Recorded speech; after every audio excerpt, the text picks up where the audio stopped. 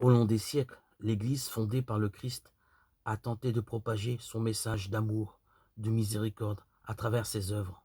Souci du plus faible, dignité de tous, incitation à la paix, respect de la création.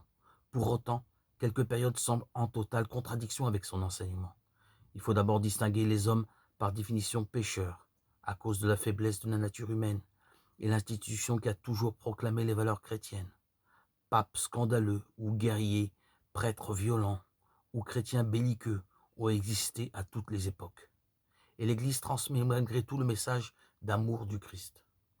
En l'an 2000, le pape Jean-Paul II a publiquement demandé pardon pour les méfaits commis par les catholiques dans l'histoire.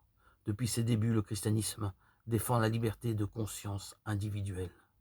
Jésus refuse qu'on envoie le feu du ciel sur un village qui ne veut pas le recevoir. Luc 9, 54.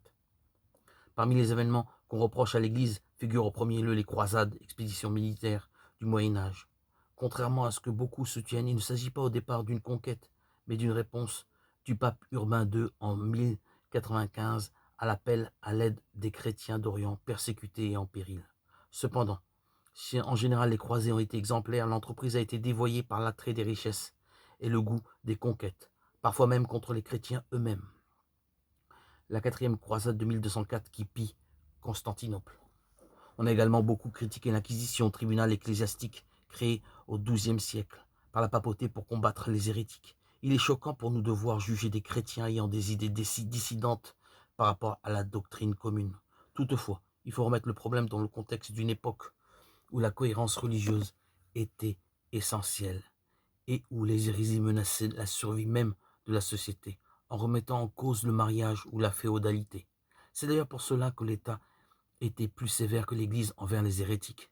C'est le bras séculier qui se chargeait des exécutions, à vrai dire, très rares, sauf en Espagne, où l'institution était dirigée par la royauté. Il faut aussi savoir que l'Inquisition représenta un progrès dans le traitement des accusés. On ne pouvait pas être condamné sans preuve suffisante de culpabilité. Le juge devait enquêter à charge et à décharge, et c'est pour cela qu'encore aujourd'hui, on dit qu'un procès doit être inquisitoire et pas accusatoire. Cela est devenu un principe fondamental du droit français.